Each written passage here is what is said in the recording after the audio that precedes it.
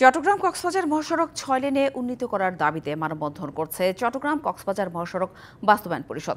এ নিয়ে আরও জানাতে চট্টগ্রামের জেলা প্রশাসক কার্যালয়ের সামনে থেকে সরাসরি যুক্ত হয়েছেন সহকর্মী মুজিবুল হক। বিস্তারিত জানবো তার কাছ থেকে। মুজিব, নিশ্চয়ই আমাকে শুনতে পাচ্ছেন। মুজিব, মানববন্ধনে কি বলছেন বক্তারা, তাদের দাবি নিয়ে বিস্তারিত জানাবেন। চট্টগ্রাম কক্সবাজার মহাসড়ক অনেকটা মৃত্যুপুরীতে পরিণত হয়েছে। গত কয়েক মাসে এই সড়ক দিয়ে অন্তত অর্ধশতাধিক মানুষের মৃত্যু হয়েছে। ঈদের পরের দিনে এই সড়কে প্রাণ ঝরেছে একসাথে 10 জনের।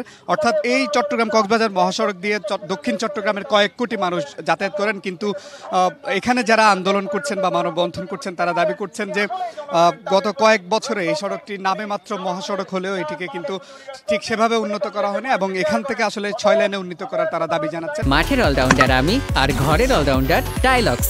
টাইলক্স টয়লেট ক্লিনার, ক্লিন মানেই টাইলক্স। এবং কার্যকর পদক্ষেপ গ্রহণের মধ্য দিয়ে এই সড়কটি যাতে 6 লেনে উন্নীত করে ব্যবসা বাণিজ্য পাশাপাশি এই দক্ষিণ চট্টগ্রামের মানুষকে যাতে মূল স্রোতে ফিরিয়ে আনা যায়, পাশাপাশি এই মৃত্যুর মিছিল যাতে বন্ধ করা যায় সে দাবি তারা কিন্তু এখানে জানাচ্ছেন।